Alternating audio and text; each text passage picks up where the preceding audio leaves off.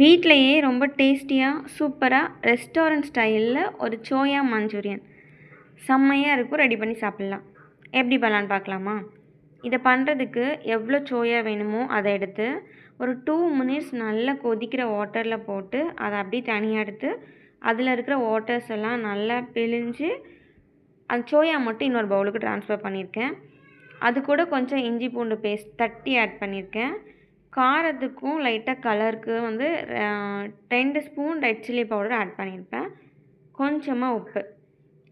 அதுக்கப்புறமா லைட்டா கார்ன்ஃப்ளவர் ஒரு மெஷர்மெண்ட் ஸ்பூனில் 2 ஸ்பூன் ஆட் பண்ணிவிட்டு நல்லா இதை வந்து மிக்ஸ் பண்ணணும். நீ ஃபிங்கர் வச்சு மிக்ஸ் பண்ணாலும் ஓகே, இல்லை ஸ்பூன் வச்சு மிக்ஸ் பண்ணாலும் ஓகே தான். நல்லா மிக்ஸ் பண்ணிவிட்டு கொஞ்சம் ஒரு 5 to 10 மினிட்ஸ் இந்த ஸ்டேஜில் வந்ததுக்கப்புறம் ஆயிலில் நல்லா ஃப்ரை பண்ணி இது ஒரு ஓரமாக வச்சுக்கோங்க. இப்போ பேனில் லைட்டாக ஆயில் விட்டு ஆனியன், கேப்சிகம், கொஞ்சமாக பூண்டை லைட்டாக கட் பண்ணி போட்டிருக்கேன். ஆனியன், கேப்சிகம் வந்து இந்த ஷேப்பில் கட் பண்ணிவிட்டு லைட்டாக லோ ஃப்ளேமில் வச்சு நீங்கள் நல்லா கிண்டணும். ஆனியன் வந்து நல்லா ஃப்ரை ஆகிடக்கூடாது.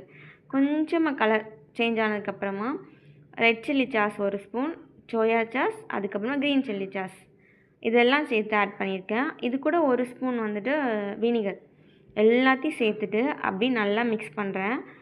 உங்களுக்கு இன்னும் சாஸ் அதிகமாக தேவை இருக்கிற மாதிரி ஃபீல் ஆச்சுன்னா நீங்கள் எக்ஸ்ட்ரா கூட ஆட் பண்ணிக்கலாம். பட் எனக்கு இது எனாஃப்ங்கிற மாதிரி இருந்தது.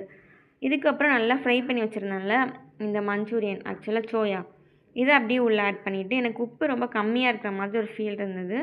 ஸோ நான் எக்ஸ்ட்ரா ஆட் பண்ணியிருக்கேன். உங்களுக்கு வேண்டாம்னா நீங்கள் ஸ்கிப் பண்ணிக்கலாம்.